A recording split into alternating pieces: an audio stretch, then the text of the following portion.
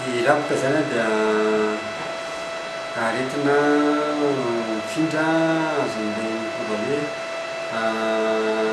bacille de coque. Izy io zany dia aretina mpazon'olona moa zany mazava ho azy. Fomba aretina mifindra izy io zany. Fomba fisehony amin'ny ankapobeny zany dia raha voan'izay ny anankiray dia misy aloha vanim-potoana izay mandalo amin'ny olona zany ilay izy, fa raha matanjaka ilay fiarovan'ny olona nilay izy tany amin'ny fahakeliny tany na raha ohatra koa ilay olona vita vaksiny dia mandalo amin'ilay olona izy mikokoaka madinidinika eny izy ilay olona voany dia avy eo afaka ihany izy amin'izay fotoana izay. Fa rehefa tena hoe misy fotoana ohatra malefo ny fiarovan-ilay olona ka tonga indray amin'ny olo io ny raboka, fomba fisehana amin'izay fotoana izay dia mahia ilay olona,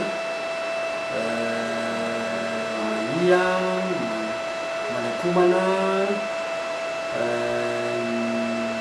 manavinavy izy amin'ny rehefa amin'ny andavanandro dia tsy midratsy, tsemboka izy rehefa amin'ny alina zany, tsembotsemboka zay. Dia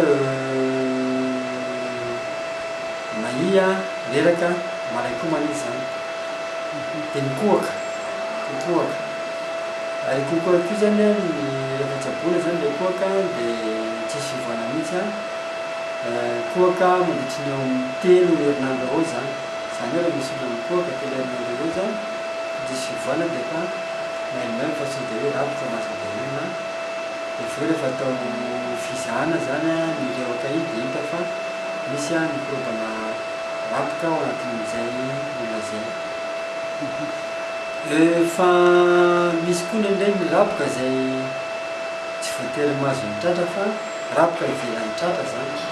Mety raboka mety mpazon'ny taolana na mitova hafa na ao anaty tibao mety voan-draboka daholo indraindray koa misy raboka ety amin'ny tolokaribo zany mety misy daholo zany.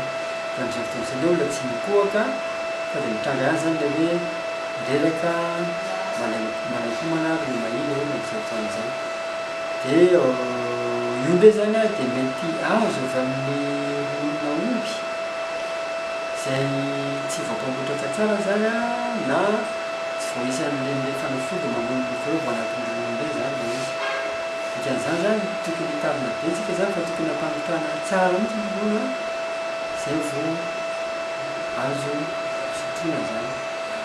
Dia aretina mifindra izy mazava ho azy mikohaka ny olona voan-draboka zany ka indreoka iny zany dia mety mifindra koa amin'ny olona salama zany.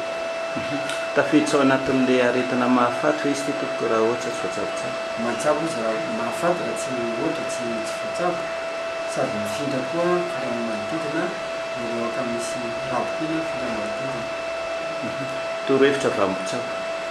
Torohevitra zany dikan'izany raha vao misy olona mikokohaka mitranga rehefa mbara hoe reraka, manaikomana,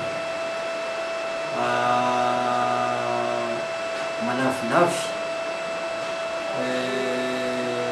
tsembotsemboka mihitsy rehefa amin'ny alina dia mikokohaka koa zany andro herinandro maromaro dia mamonjy dokotera na izay ilay mikasika ny tratra fa ny ivelan'ny tratra zany da misy an'ilay mitranga rehefa mbara ireo reraka, manaikomana, ny mahia,